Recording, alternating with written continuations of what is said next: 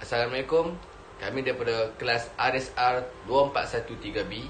Dalam video ini kami ingin membentangkan tentang analisis proses kejadian manusia menurut Al-Quran dan sains. Okey, ini adalah ahli kumpulan saya. Yang pertama adalah saya sendiri, Muhammad Daniel Izlan bin Makir, Muhammad Nur Hamizan bin Faizal Sutiara, Nurul Naziatun Syafiqah binti Muhammad Fazilah, Dizuz Arya Aiman bin Abdul Aziz, Muhammad Aiman Hakim bin Iskandar, dan yang terakhir adalah Yasmin Atira binti Kamaluddin.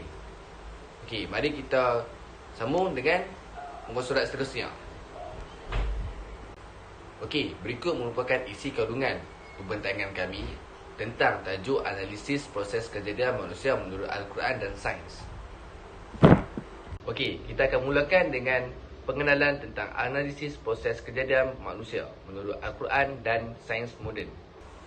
Menurut Al-Quran, keturunan manusia ini terlahir melalui beberapa tahap, iaitu melalui percatuman benih lelaki dan perempuan, kemudiannya segumpal darah yang membentuk seketul daging dan menjadi beberapa tulang. Terus tulang yang dibaluti daging tersebut akan ditiupkan roh oleh Allah SWT. Selain itu, dari pandangan sains pula, tentang kejadian manusia mempunyai 3 tahap utama, iaitu tahap pre-embryonik, tahap embryonik dan tahap fetus. Selepas tahap-tahap ini terjadi, maka terbentuklah manusia yang lahir di dunia. Selain itu, terdapat beberapa pandangan sains tentang proses kejadian manusia diperkenalkan oleh orang dari ahli sarjana barat, iaitu Aristotle membawa teori embryogenesis dan Charles Darwin membawa teori Darwin. Dalam kajian ini kami telah menyediakan beberapa objektif, iaitu yang pertama adalah menjelaskan tentang proses kejadian manusia kepada semua umat Islam dengan jelas. Yang kedua, mengenal pasti sumber yang tepat tentang proses kejadian manusia. Dan yang terakhir adalah mengkaji tahap pengetahuan manusia tentang proses kejadian manusia dalam pandangan sains dan menurut Al-Quran. Hal ini kerana untuk kami mengelakkan daripada semua umat Islam keliru tentang proses kejadian manusia.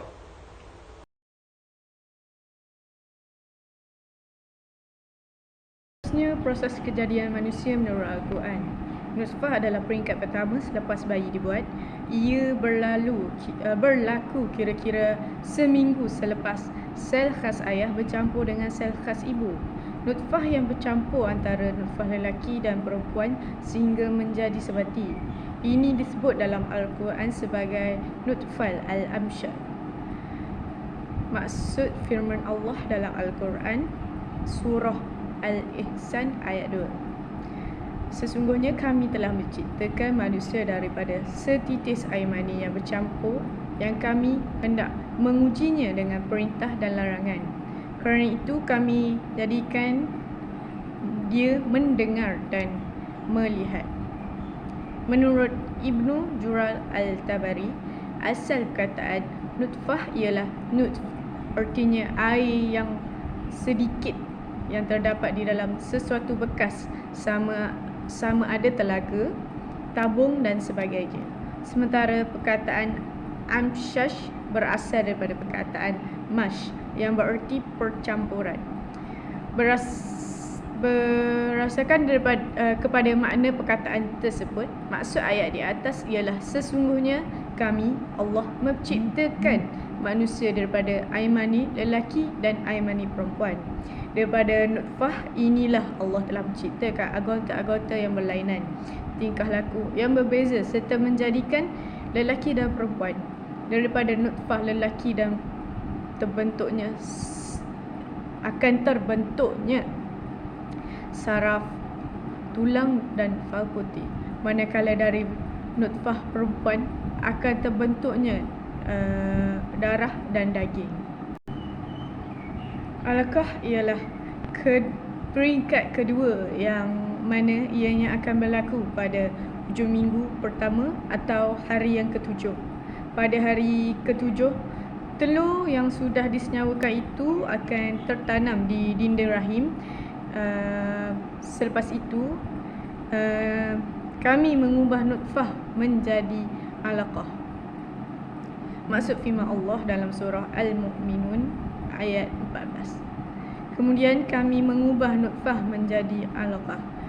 Peringkat alaqah adalah peringkat pada minggu pertama hingga minggu ketiga di dalam rahim. Kebanyakan ahli tafsir mentafsirkan alaqah dengan makna segumpal darah. Ini mungkin dibuat berasaskan pandangan mata kasar. Alaqah sebenarnya suatu benda yang amat seni yang diliputi oleh darah. Selain itu, alaqah mempunyai beberapa maksud. Yang pertama, sesuatu yang bergantung atau melekat. Seterusnya, pacat atau lintah. Seterusnya, suatu buku atau ketulan darah. Dalam bahasa Arab, alaqah juga bermaksud suatu yang melekat. Ianya bertepatan dengan penemuan sains semasa kerana pada masa ini, embrio akan melekat pada rahim ibunya, seperti mana lintah apabila melekat pada kulit manusia. Seterusnya, peringkat ketiga, mudarah. Mudarah ialah peringkat ketiga yang mana pembentukan mudarah dikatakan berlaku pada minggu keempat. Berkaitan mudarah disebut sebanyak 2 kali di dalam Al-Quran, iaitu surah Al-Hajj ayat 5 dan surah Al-Mu'minun ayat 14. Maksud firman Allah dalam surah Al-Mu'minun ayat 14, lalu kami ciptakan darah beku itu menjadi seketul daging.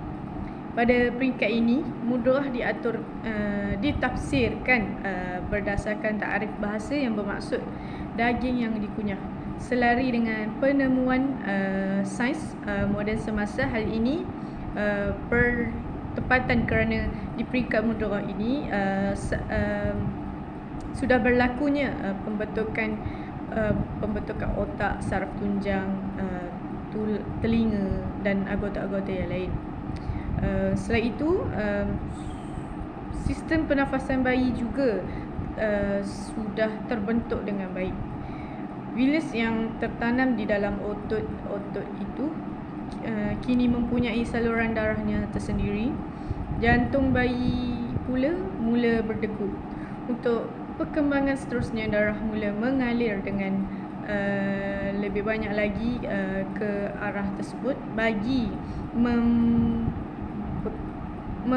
membekalkan oksigen dan pemakanan yang secukupnya menjelang 7 minggu sebelum pernafasan bayi mula berfungsi sendiri. Di dalam Al-Quran juga menjelaskan pada peringkat ini terdapat pembentukan sel yang sempurna kejadiannya dan yang mana ianya juga mempunyai sel yang tidak sempurna kejadiannya. Peringkat keempat adalah peringkat izam dan lam. Pada peringkat ini berlakunya pembentukan tulang sebelum berlakunya pembentukan otot-otot. Ia bermula daripada minggu kelima hingga minggu ketujuh.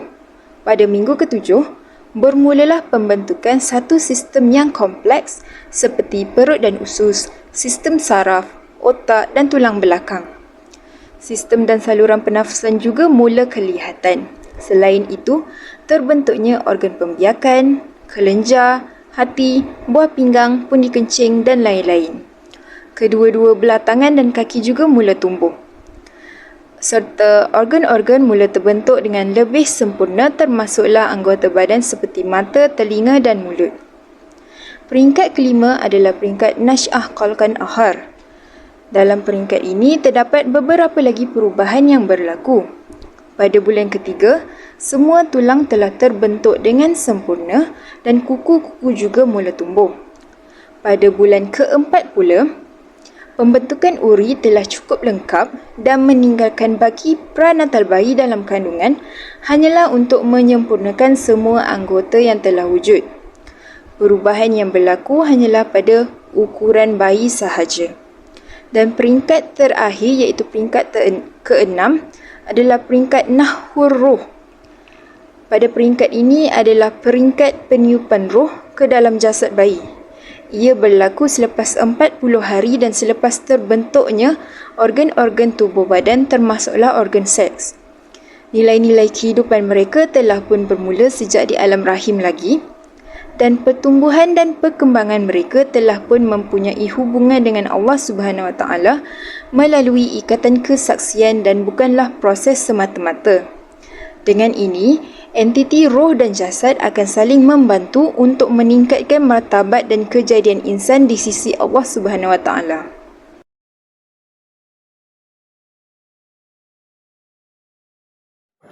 Yang pertama ialah evolusi biologis.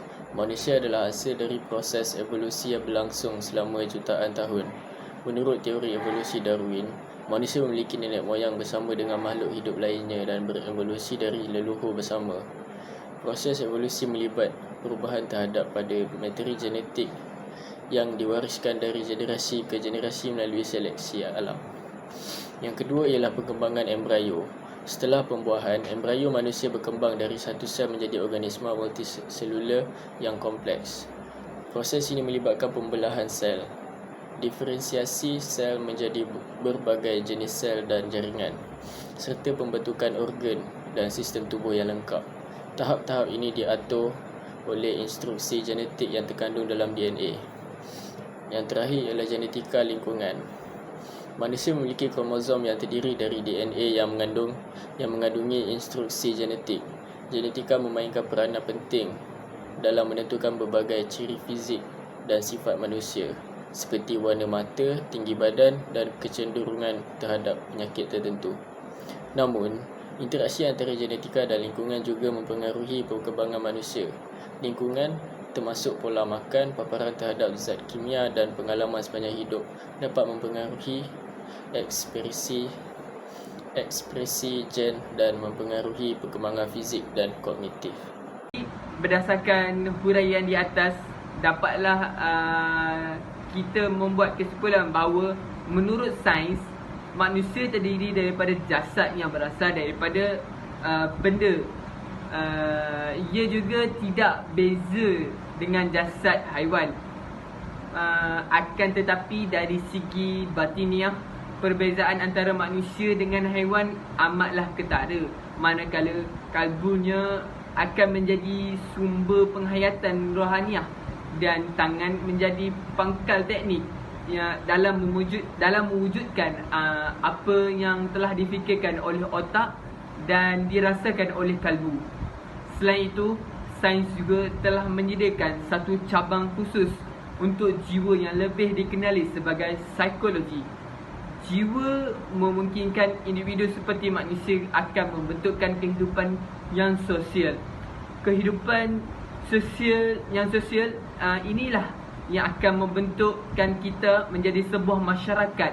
Dan dalam kehidupan bermasyarakatlah kita akan menjadi manusia yang lebih berjaya dan lebih bermentaliti kelas pertama. Kini kita di bahagian kesimpulan.